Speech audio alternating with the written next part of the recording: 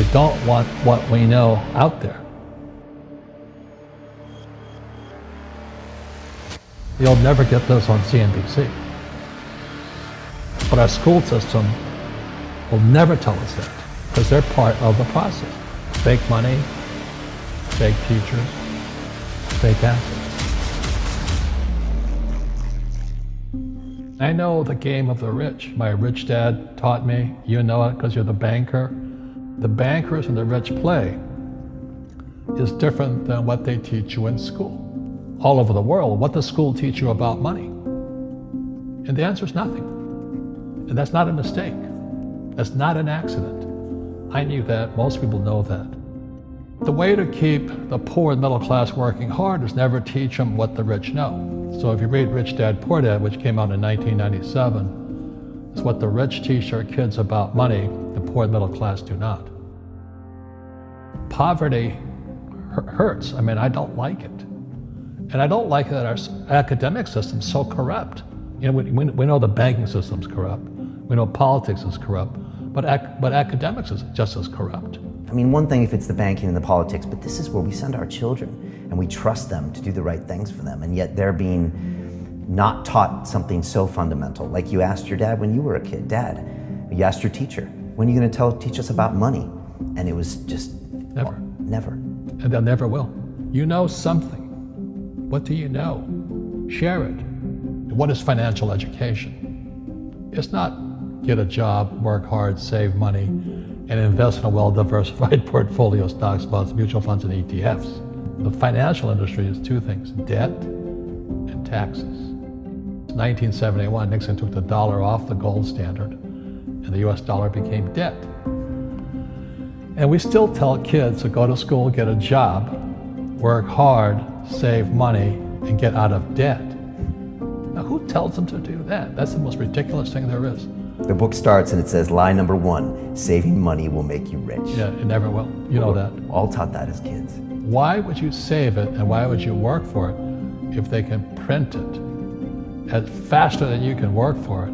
Why do you keep saving when they're printing it? The rich don't work for money. Don't you touch that stuff. It's very subtle, right? Yep. They don't say, I'm going to train you to be a worker bee the rest of your life, but they educate you in a way where that's what you come out. Right. What was he trying to do those first few months were you working for him? What was he trying to get across to you?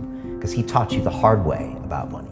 And she says, if you're going to be successful in your life, you've got to find the best teachers. And a great teacher is somebody who comes from the inside, not the outside. But in school, you don't know if your instructor is for real or not.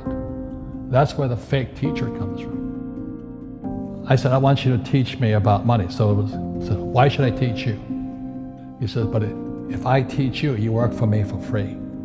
And I said, why for free? And my poor dad went nuts. He says, because if I pay you, you think like an employee. Your brain will change. If you learn never to work for money, you'll be a rich man. And this is powerful. Once you give someone a paycheck, their brain turns off. Correct. Because it's... And then the promise of a pension.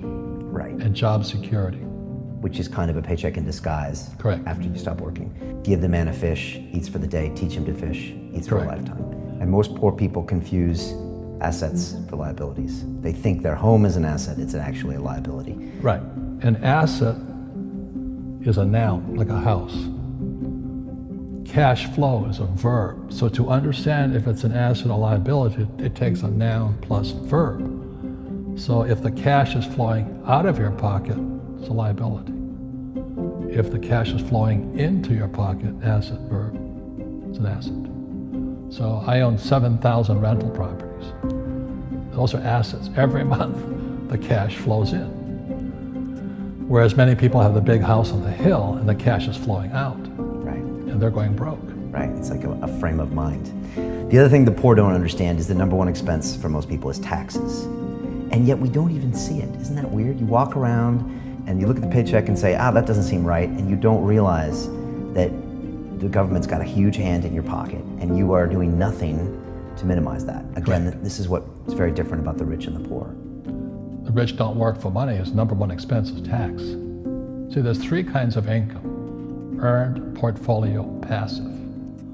So earned income is if I get a job, that's earned income. If I'm a doctor or a programmer, that's earned income because I'm working for it. If I buy, let's say, Apple for $10 and I sell it for 20, that's portfolio income, capital gains. Yeah. But passive income, which is cash flow, is never taxed. And so these guys are screaming right now in America, tax the rich. I said, good luck. Because most of the guys complaining, they don't know there's three kinds of income. And the rich don't have jobs anyway. They have assets. And so the average schmo out there, poor guy, sent the kid to school. They don't learn this. You see, very few people will buy what I do, make $1 million and pay zero tax. And my rich dad taught me that playing Monopoly. That's how it started. 4 greenhouses, 1 red hotel. Or the McDonald's formula. I write about it here. McDonald's, Ray Kroc. Yeah. McDonald's is in the real estate business. So they sell hamburgers, but they buy real estate, so they pay no taxes. This guy Bezos, he's $16 billion. How much tax did they pay on that $16 billion? Zero. And that's all legal. Anyone can do it. Everybody can do it. But most people lack the education. So once you learn how to use debt as money, you can never say, I can't afford it.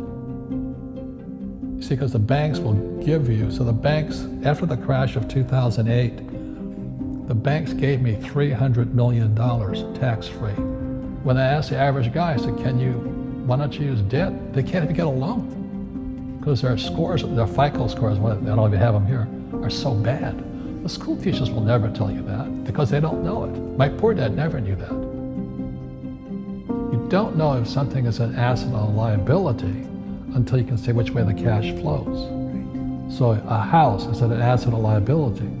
Well, if it's taking money from your pocket, it's liability. If it's putting money in your pocket, it's an asset. The US government wants me to provide housing, wants me to provide jobs, wants me to borrow money because that's how money is created through debt. I get huge tax breaks. Everybody can do the same thing if they had the financial education to do it. If people understood the tax code, we'd be more prosperous. But can poverty be passed through genetically? Yes. Because it's some type of way of thinking. It's an attitude. An attitude. It's very simple. When people ask me, how do I stop it? I just say, never say, I can't afford it. Ask yourself, how can I? The reason I have so much money is because I don't say I can't do it. I just go, how can I do it? And I just go and do it. I make a lot of mistakes, but that's how I learn. How can I? The poor people, like my poor dad, always said I can't afford it. Do you think I'm made of money? I'm a school teacher. I can't do that. And I picked that up. And my rich dad never said those words. So when I meet poor people, they use the words I can't a lot. So the people that say I can't afford it, I can't do this, I can't get to college, the rich are evil, I choose not to participate in that. And that's one thing people could change today. Correct. Right now is that dialogue in their head. Stop saying the word can't. I can't. Right. So how can I? How can I? Especially as in, I can't afford it, how can I afford that? Right. Because that opens them up to looking at it as an investment to a greater future. Right. When I borrowed $300 million, I couldn't do it until I went to ask. And I got turned down so many times. I said, and every time I showed the banker my financials and he'd go, sorry. I said, look, do me a favor. Why did you turn me down? And he'd tell me, this is out, the numbers are out here. So if I get these numbers fixed, can I come see you again? He goes, sure. So it's called rejection. Same as my wife rejected me for 6 months. It's just a matter of personal willpower, which is spiritual. Just saying, if they can do it, I can do it. And how can I? How can I? And I think it's you once said, words become flesh. Yep. That was the Bible too.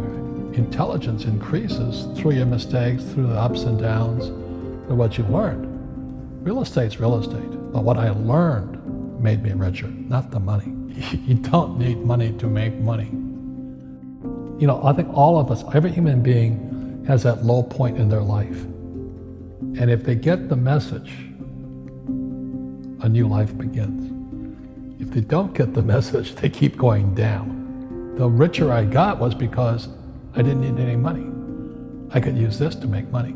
But how did I get there? Is I made a lot of mistakes. people are afraid of making mistakes and all this, fear of failing, it limits them. Nice, so very nice. So many people trapped in the same device. I hope you guys liked this video. If you did, please leave a like and subscribe to the channel for more videos. Thanks for watching.